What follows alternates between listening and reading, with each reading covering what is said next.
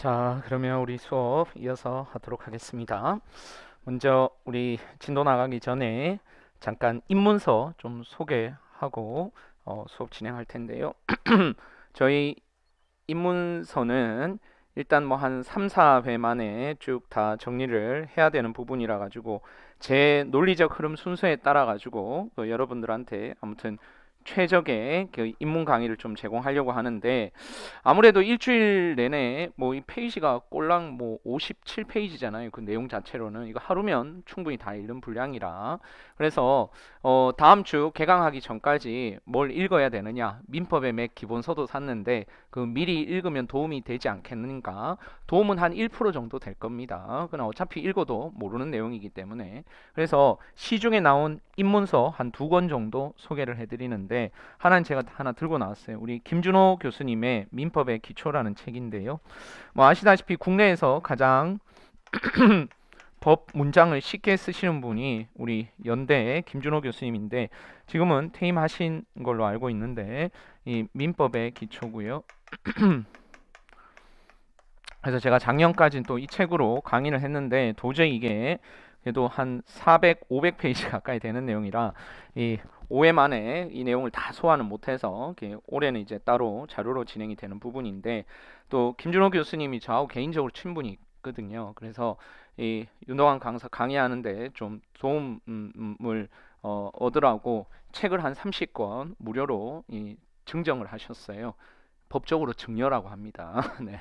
그래서 증정을 하셨는데, 주시려면 한 300권을 주셔야 되는데 30권밖에 안 주셔가지고, 그래서 누구는 주고 누구는 안 줄 수 없어가지고 부득이하게 그 관리반 신청한 친구들 일단 다 우선적으로 다 배부하고, 뭐 그러면 다 부족할 것 같기도 한데, 아무튼 그래서 관리반 신청하신 분들은 받아가시기 바랍니다. 수업 끝나고. 그래서 여러분들이 특히 이제 법 공부하시면서 책은 아까워하시면 안 되는데, 근데 뭐 이 민법의 기초 가지고 여러분이 계속 공부를 하실 건 아니지만은 그래도 빠르게 한번 이 민법의 기본 내용들을 숙지하는 데 있어서 분명히 도움을 받으실 거기 때문에 이 민법의 기초, 그래서 이런 책들은 저도 한 1, 2년에 한 번씩은 꼭 읽어봅니다. 그러니까 원래 저는 이제 미적분학 하잖아요. 근데 가끔 중학교 1, 2학년 순열조합 이런 것들을 봐야, 이런 부분이 이런 기초적인 내용이었지. 이 강사인 저도 한 번씩 주의를 환기하는 차원에서 이런 책들을 꼭 읽어보거든요. 그 다음에 또 다른 하나의 책은 우리 제 은사이신 양창수 전 대법관님이죠. 국내에 살아계신 우리 민법학자 중에서 가장 유명하시고 권위 있으신 분입니다. 그래서 서울대 법과대학에서 강의하시다가 이제 다시 대법관으로 임관되셔서 지금은 퇴임하셨죠. 그래서 이 양창수 전 대법관님의 민법 입문책이 있습니다. 제가 지금 오늘 모르고 안 가져왔는데 내일 뭐 인터넷에 검색해 보시면 있을 거니까요. 그래서 이 책은 조금 난도는 있는데 아주 잘 쓰여진 책이니까 이 2권은 뭐 여러분들이 한 1학년 여름방학 정도까지 활용하시면, 아무래도 그 로스쿨 과정은 이 법과대학 과정하고 달라가지고 이 기본 내용은 다 안다는 전제하에서 바로 진행이 되기 때문에, 특히 이러한 민법 입문 내용들, 제가 지금 한 5일차 동안 하는 이런 입문 내용들은 절대로 로스쿨에서 하고 싶어도 못합니다. 이걸 5일 동안 하면 진도를 못 빼니까요. 그래서 그런 부분에 있어서도 이런 입문서들은 여러분 좀 활용을 하셔가지고 한 번쯤 읽어보시고, 나중에 여름방학 때 또 한번 읽어보시고 이러면 여러 가지 법적인 사고를 하는 데 있어서는 도움이 될 것 같습니다. 그래서 좀 문장을 읽어나가기 쉬운 책은 이 책인데, 전체적으로 이렇게 좀 법학이 어떤 거고 민법이 어떤 거다라는 것을 좀 전체적으로 좀 이해하는 데는 또 후자의 책도 또 장점을 가지고 있으니까 여러분이 좀 활용을 해보시면 좋을 것 같고요. 자, 그러면 해당 진도로 나갈 텐데, 우리 자료 집 1페이지에 보시면 제1장 민법 체계론과 관련해서 제1절에 보니까 무슨 말인지는 모르겠지만 권리 변동의 시간적 흐름 순서에 따르는 민법 체계 재구성해서 이 2페이지까지 나와 있죠. 그래서 2페이지까지 나와 있는 요 내용이 우리 민법 1조에서 1118조를 요약 정리해 놓은 겁니다. 그래서 1조에서 1118조 이 1000조에 넘는 그 논리 구조를 제가 딱 한 페이지로 요약, 두 페이지네요. 두 페이지로 요약 정리해 둔 내용인데요. 이런 틀 잡기가 제대로 돼 있어야 나중에 여러분이 사례 문제를 풀 수가 있거든요. 예, 그런 의미는 여러분이 실제로 이제 뒤에서 하나하나 공부하시면서 왜 이런 틀이 필요한지는 이해되실 거고요.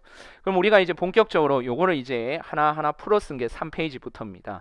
목차 제목이 동일하죠. 그래서 3페이지의 내용을 보시니까 권리 변동의 시간 흐름 순서에 따르는 민법 체계의 재구성에서 이제 요 내용을 다시, 즉 두 페이지에 해당되는 내용을 다시 이렇게 풀어 쓴 내용인데 그게 이제 13페이지까지 나오는 내용이 되겠습니다. 자, 그러면 제일 처음에 여러분들하고 같이 고민해 봐야 될 것은, 우리가 이제 민법 공부하잖아요. 근데 대부분이 이제 법 공부를 여기서 처음 하니까 우리가 법이 무엇인가부터 한번 출발을 해 볼 텐데, 법이 뭐예요? 법이. 네. 법이 교과서에서 개념 정의되기로는 강제성을 가지고 있는 사회생활 규범이다. 요게 이제 법에 대한 정의입니다. 뭐라고? 법이라는 것은 강제성을 가지고 있는 사회생활 규범이다. 사회생활 규범. 자, 사회생활 규범에는 여러 가지 사회생활 규범이 있습니다. 도덕도 있고 윤리도 있고 뭐 여러 가지 사회생활 규범이 있는데 그 중에서 법은 강제성을 가지고 있더라. 어떤 형태로 이러한 강제성이 실현되는지를 구체적인 예를 들어서 한번 살펴볼 텐데요. 갑이라는 사람이 을한테 돈을 100만 원 빌려주고, 돈을 100만 원 빌려주면서 한 달 뒤에 이 돈에 이자를 붙여서 을이 갚기로 했습니다. 그래서 이제 돈을 빌려준 사람을 대여자라고 부르고요. 그래서 이걸 법률 용어로는 대주라고 부릅니다. 대주. 그래서 돈 빌려준 사람 대주. 그 다음에 이제 돈을 빌린 사람을 차주, 빌릴 차자죠.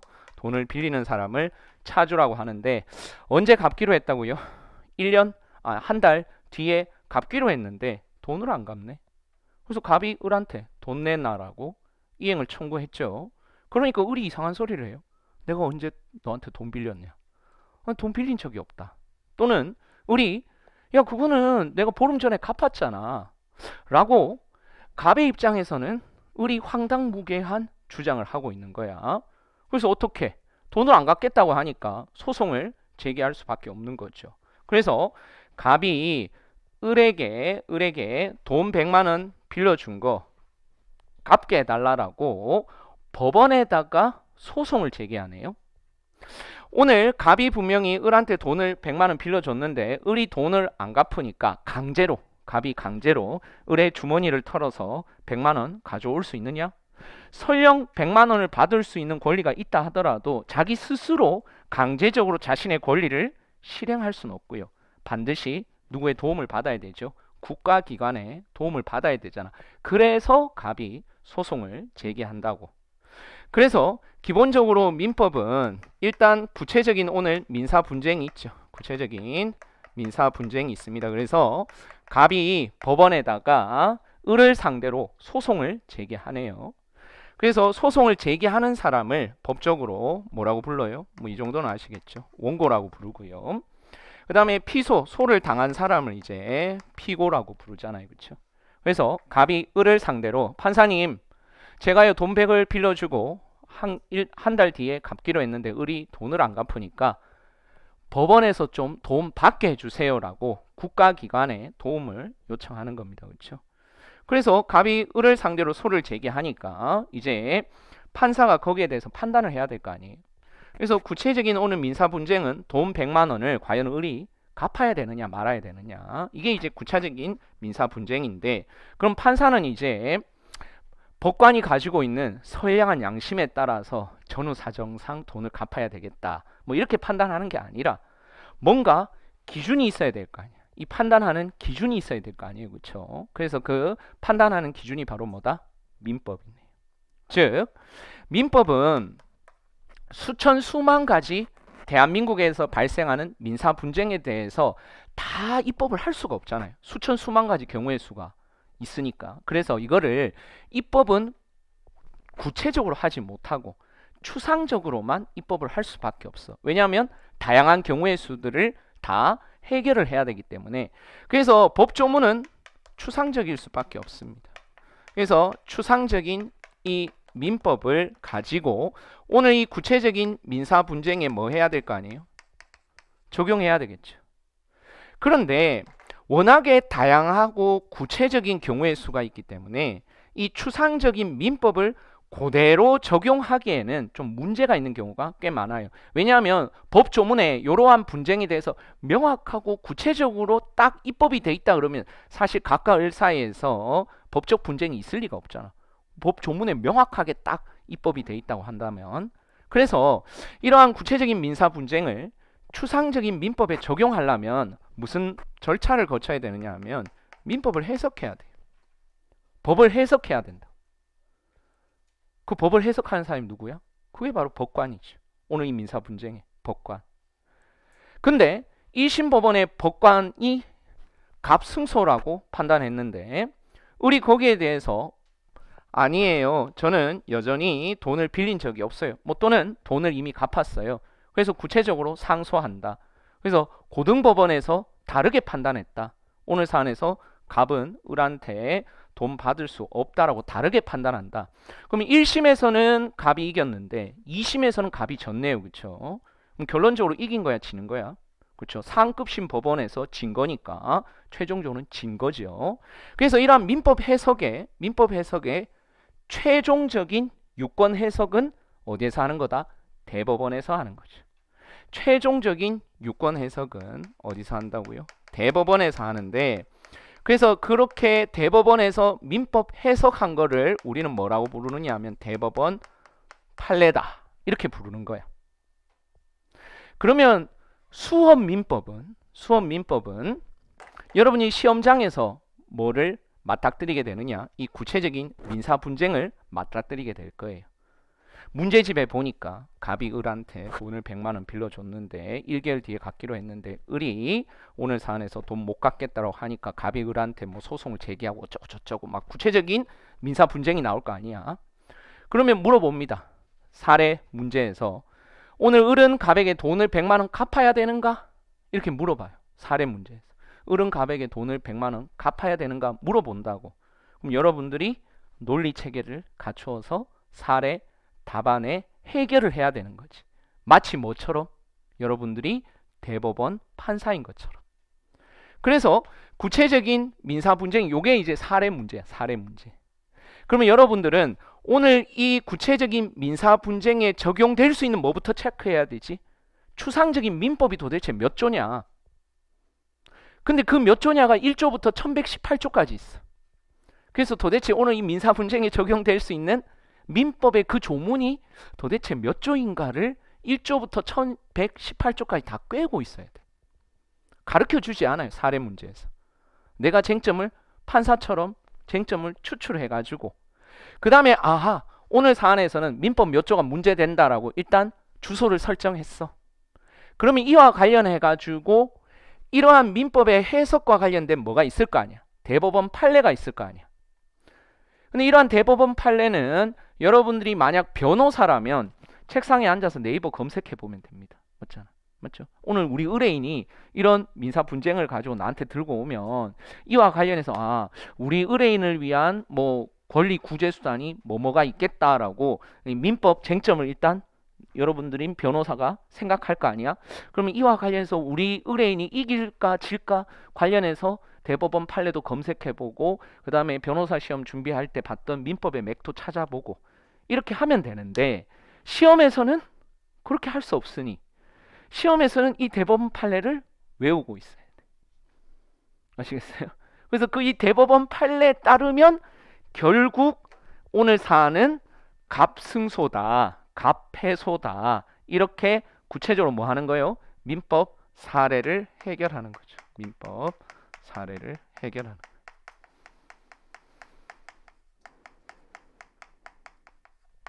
근데 이게 형사법이나 공법 같은 경우에는 아주 논리가 복잡다단하지 않아요. 오늘 형사적인 법적 분쟁이나 공법적인 분쟁이 발생이 되면 똑같이 추상적인 형법, 추상적인 헌법 뭐 이걸 이제 적용할 거 아니에요. 그렇죠? 근데 그게 쟁점이 복잡하지 않다고. 근데 우리 민법은 1조부터 1118조인데 이놈의 분명히 학교에서 공부할 때는 민법 총칙 한 학기, 채권 총론 한 학기, 채권 강론 한 학기, 물권법 한 학기를 했는데 분명히 공부는 따로따로 했어. 근데 사례 문제를 풀 때는 민법 총칙 사례라는 게 없어요. 채권법 사례라는 게 없고 결국은 민법 총칙 제가 앞에서 얘기했던 1조부터 친족 상속법까지 1118조가 쭉 다 연결이 돼. 이 연결 고리를 못 푸네 우리 학생들이. 왜? 한 번도 통합적이고 논리 체계를 제대로 잡아서 공부해 본 적이 없어. 민법 총칙 할 때는 민법 총칙만, 채권법 할 때는 채권법만 열심히 했어. 근데 시험 문제는 그렇게 나오지가 않는다고. 실제로 민사 분쟁은 민총 사례만, 물권법 사례만 이런 게 없어요. 다 쭉 연결이 되는데 그 연결고리가 복잡해. 아시겠어요? 그래서 여러분들이 요게 이제 일종의 수업 민법적인 내용인데 이러한 내용과 관련해서 즉 오늘 갑과 을사의 민사 분쟁에서는 먼저 첫 번째로는 말 그대로 판사가 구체적인 민사 분쟁을 보고 추상적인 민법 해석을 통해서 결국 이 민사 분쟁에 적용할 거 아니에요. 그렇죠? 물론 1심 법원의 판사가 아무리 생각해도 이 대법원 판례는 잘못된 해석이다. 그러면 자기의 법적 양심에 따라서 이 대법원 판례와 다른 판단을 할 수 있습니다. 물론 확률적으로는 어디에서 다시 깨질 가능성이 있겠죠. 대법원에서 다시 깨질 가능성은 있지만은 또 경우에 따라서는 대법원 판례가 바뀌기도 하지요. 기존의 사회 흐름에 따라서 또는 사회 구성원들의 어떤 법적인 가치 판단에 따라서 이러한 민법 해석과 관련해서 내용을 다르게 판단할 수도 있는 겁니다.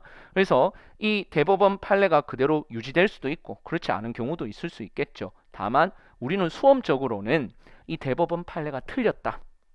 그래서 이 대법원 판례에 따라서 오늘 사안을 해석하는 게 아니라 특정 교수님의 그 견해에 따라서 사안을 막 해결하고 이렇게 해서는 안 됩니다. 변호사 시험에서는. 어차피 변호사 시험은 실무가를 기르는 시험이기 때문에 과거 사법시험은 대법원 판례를 까는 게 미덕이었어요.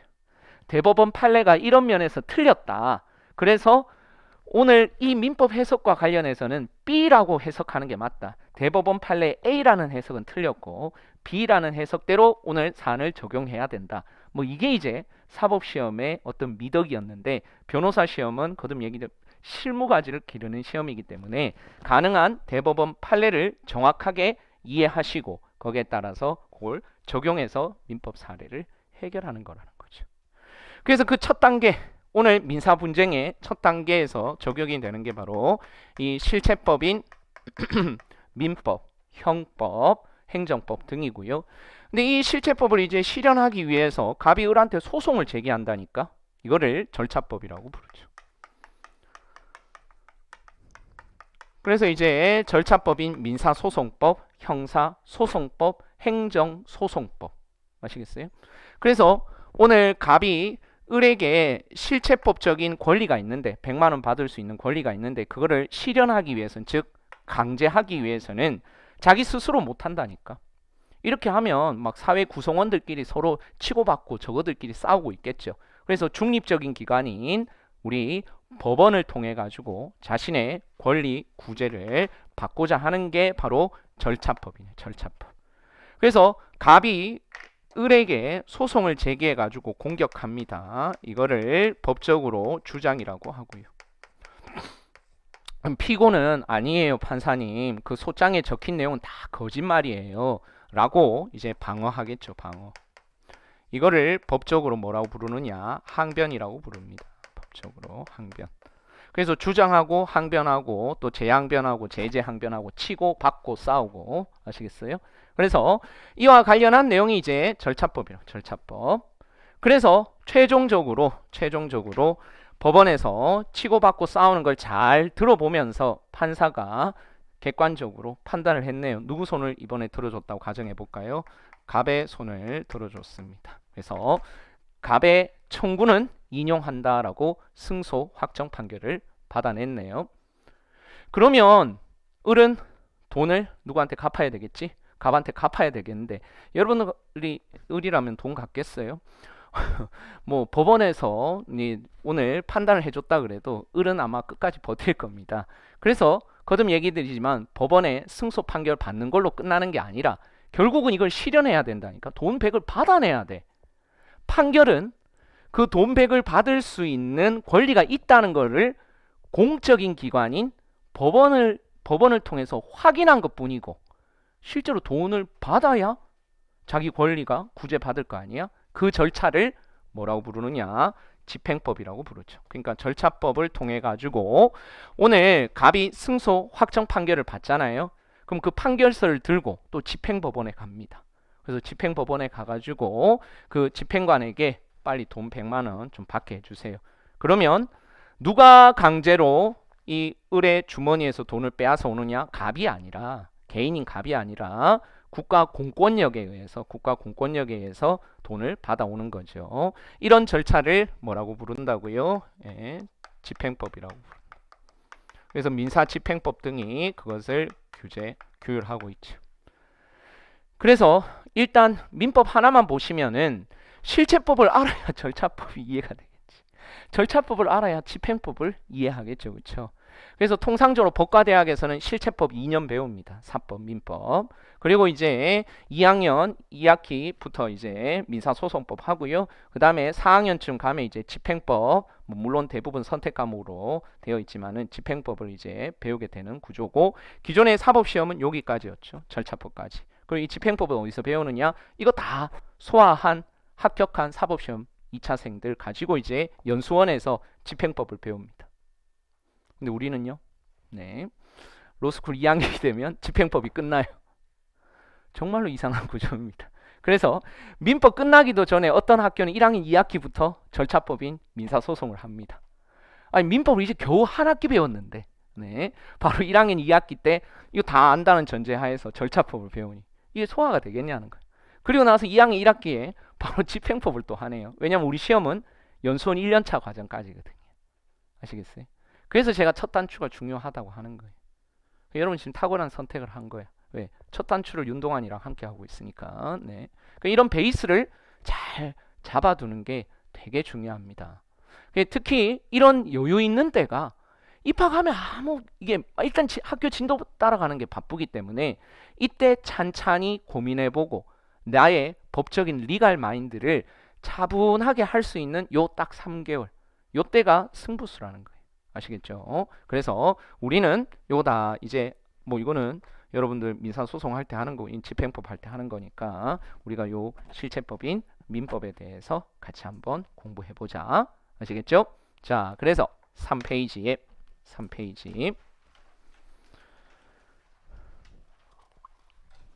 그럼 저희가 지금 법은 무엇인가, 거기에 따르는 우리가 실천적으로 이 수험 법학은 어떻게 접근해야 되는가를 짧게 우리가 구체적인 이 소송의 진행 순서에 따라 한번 살펴봤고요. 3페이지의 첫 줄, 민법이 무엇인가와 관련해서 3페이지의 첫 줄에 민법이란 한마디로 얘기하면 사법상 권리 변동을 규율하기 위한 일반법이다 라고 되어 있네요. 자, 다시 한번 그 단어를 잘 살펴봅시다. 사실 저는 되게 감성적인 사람이었습니다. 그래서 대학 들어가서는 막 시도 많이 적고 막 이렇게 문학 청년이었는데 민법을 한 20년 하고 나니까 사람이 되게 쪼잔해졌어요. 그러니까 나중에 여러분들이 법 공부를 하시면 아시겠지만 민법이란 첫째, 사법. 그럼 이 사법은 도대체 뭘 의미하는 거야? 공법의 반대말이겠네. 둘째, 그럼 여기서 말하는 사법상 권리는 또 뭐지? 그럼 여기서 말하는 권리 변동은 무엇이며? 그럼 이게 특별법이 아니고 또 일반법이네. 단어를 하나하나 다 뜯어봐야 돼. 네? 이게 법학적인 리갈 마인드를 잘 갖추는 친구들은 하나하나 논리적으로 따지기를 좋아하는 친구들. 그래서 제가 앞에서 민법은 뭐라 그랬죠? 외국어로 쓰여진 수학이라 그랬잖아. 그래서 생각보다 이공계 학생들이 민법을 잘합니다. 왜냐하면 이게 논리학이기 때문에. 또 생각보다 어학 쪽에 발달이 돼 있는 친구들 있잖아. 국문학과 뭐 각종 외국어학과 친구들이 법학을 생각보다 잘합니다. 자신감을 가지셔도 돼요. 이제 특히 이공계 학생들이 법학으로 넘어오면 이게 수험적으로 이게 도대체 적응이 안 돼서 한 학기 동안 엄청 고생하는데, 장기적으로 보면 어차피 민법이 관건인데 민법이 이제 외국어로 쓰여진 수학이기 때문에 그런 면에서 여러분들은 앞으로 책을 읽어 나갈 때도 특히 하나하나 자꾸 따져보는 습관을 가지셔야 돼요. 그래서 변호사가 가져야 될 가장 중요한 자질이 아주 냉철한 논리. 결국 법정에서 싸우는 거는 이 논리. 얼마나 논리적으로 저 사람을 공격하고 어떻게 논리적으로 방어하느냐. 그래서 나는 평소에 말할 때도 되게 논리적이지 않아. 우리 아내처럼. 우리 아내는 지금 음악을 전공했기 때문에 저 연애할 때 보면 정말 말이 앞뒤가 안 맞는 거야. 그래서 내가 논리적으로 하나하나 막 따져 들어가면 그냥 아내가 그냥 펑펑 울죠. 그때 여자친구 뭐 이제 내 논리에 이게 당하는 거지. 하지만 이게 사람과 사람 사이의 학문이기 때문에 이게 냉철한 논리로만 결론이 안 나요. 뭐가 필요해? 따뜻한 가슴이 꼭 필요합니다. 그래서 대법원 판례를 이해할 때는 이게 논리적으로 아주 정치한 것처럼 보이는데 A라는 사안에서는 판례가 이렇게 판단했는데 B라는 비슷한 사안에서는 전혀 다르게 판단해. 왜? 결국 사람과 사람 사이의 구체적인 민사 분쟁을 해결하는 거다 보니까 이게 논리적으로만 결론을 내리지 않는다는 거예요. 그래서 민법이 어렵습니다. 나중에 형법을 공부하시면 형법은 이러한 게 없어요. 아주 논리적으로 엄격하게 법조문을 해석합니다. 그러나 민법은 궁극적으로 얘를 더 보호할까? 오늘 사안에서 궁극적으로 얘를 더 보호할까? 이런 가치 판단, 이익 경향이 문제가 되기 때문에 민법이 훨씬 더 어렵습니다. 왜냐하면 법 해석하는 데 있어서도 원칙적인 판례 입장이 있고요. 그다음에 그 원칙에 반대되는 예외적인 판례가 있는데 다시 그 예외적인 판례가 있고 예외적인 판례가 있기 때문에 우리 수험생들 하여금 머리를 아프게 하는 게 민법 판례. 네. 근데 그거를 처음에 법 공부할 때 뭐야 이게? 나하고는 안 맞아. 이게 아니라 이 특징을 이해하고 있어야 된다고.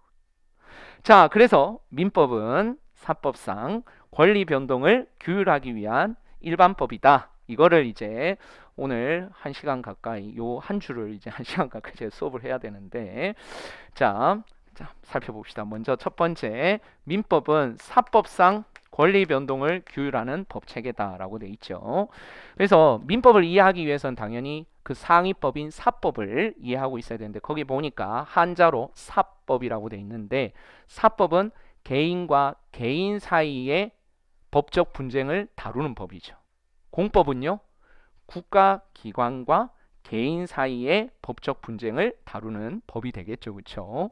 그래서 이런 내용들이 이제 입문서 보면 막 줄글로 주구장창 쓰여져 있는데 뭐 우리가 거기까지 뭐 다 체크할 필요는 없는데 이 사법과 공법의 가장 큰 특징은 여러분들이 잘 소화하고 계셔야 되겠는데, 자, 공법의 가장 큰 특징은 한마디로 얘기하면 강제성입니다.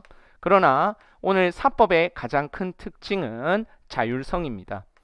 물론 이게 둘 다 법이기 때문에 강제성을 가지고 있는 사회생활 규범이긴 한데 여기서 말하는 자율성 그리고 강제성은 다른 측면에서의 자율성과 강제성인데 이 무슨 말이냐 하면 예를 한번 들어볼게요. 이 공법의 대표 주자 국가기관과 개인 사인 간의 관계인 형법을 한번 예로 들어볼게요. 형법 250조에 보면 뭐라고 적혀져 있느냐 하면 형법 250조에는 사람을 살인한 자는 사형, 무기징역, 5년 이상의 징역에 처한다. 사람을 살인한 자는요. 근데 예를 들어 가지고 이 가해자 갑이 피해자 을을 살인의 고의로 찔러 죽였어요.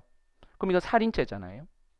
그러면 형법 250조에 따르면 최소 몇 년 이상의 징역이라고 5년 이상의 징역형입니다. 근데 오늘 이 죽었어요. 갑의 살인의 고의로 을이 죽었는데 을의 유족이 괜찮다. 우리는 마음이 하늘 같아서 바다 같아서 다 용서해 줄게. 그럼 용서되나? 아니요. 국가 공권력에 의해서 강제적으로 형법 250조가 바로 적용이 됩니다. 아시겠어요? 이건 당사자가 뭐 용서한다라고 해서 용서되고 신체 구속 5년 이상의 징역이라는 신체 구속의 효과가 발생 안 하는 게 아니라고. 그러니까 이 조문은 그대로 강제적으로 적용이 돼야 되는 거예요. 왜냐하면 이게 공익적인 조문이기 때문이죠.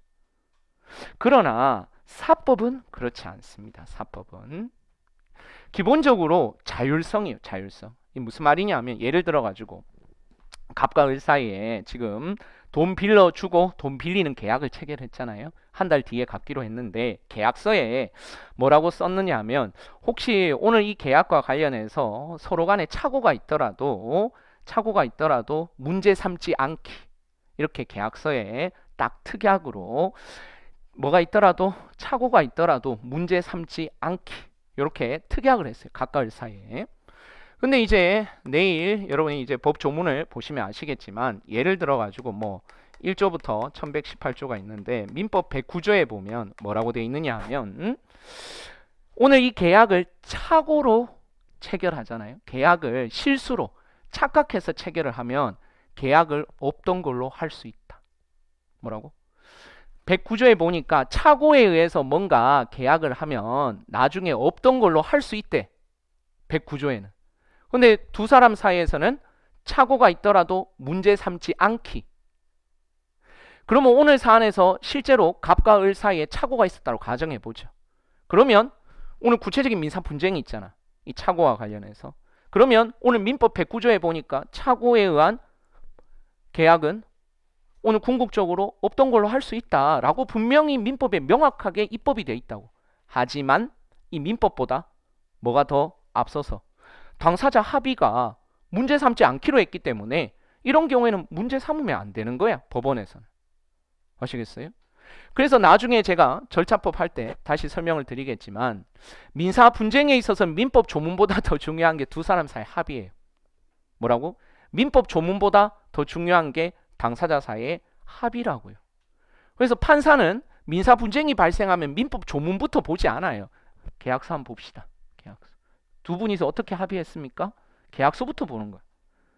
근데 이게 명확하게 합의를 했다면 법정까지 안 왔겠죠. 대부분은 그와 관련해서 합의가 없거나 합의가 불분명하거나 그러면 이제 뭐가 적용될 수 있는 거지? 민법이 적용될 수 있는 거겠죠. 그래서 이러한 원칙을 법적으로 뭐라고 표현하느냐 하면 기본적으로 사법은 대부분 임의 규정입니다. 대부분 임의 규정. 공법은요. 대부분 이게 전부 다가 아니라 대부분 강행 규정입니다. 그러면 이 규정이라는 말은 법 조문이란 뜻인데 임의라는 뜻은 당사자의 자유로운 의사로 이런 표현입니다. 뭐라고? 당사자의 자유로운 의사로 배제할 수 있다. 이 민법 조문의 적용을 하지 않을 수 있다. 이게 임의라는 단어입니다. 아시겠죠? 근데 이 강행이란 뜻은 강제적으로 오늘 이러한 공법적인 쟁점에 있어서는 반드시 적용이 될 수밖에 없는 거. 이거를 강행 규정이라고 부릅니다. 자, 그래서 이번 시간에는 이 민법의 기본적인 가치, 뭐하고 구별되는 공법과 구별되는 민법의 기본적인 가치에 대해서 먼저 살펴보도록 하겠습니다. 어디로 가시느냐 하면 저기 뒤에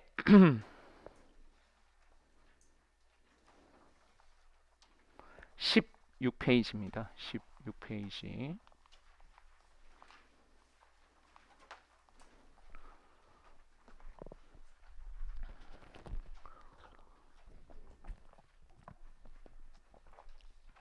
저 시계가 맞죠?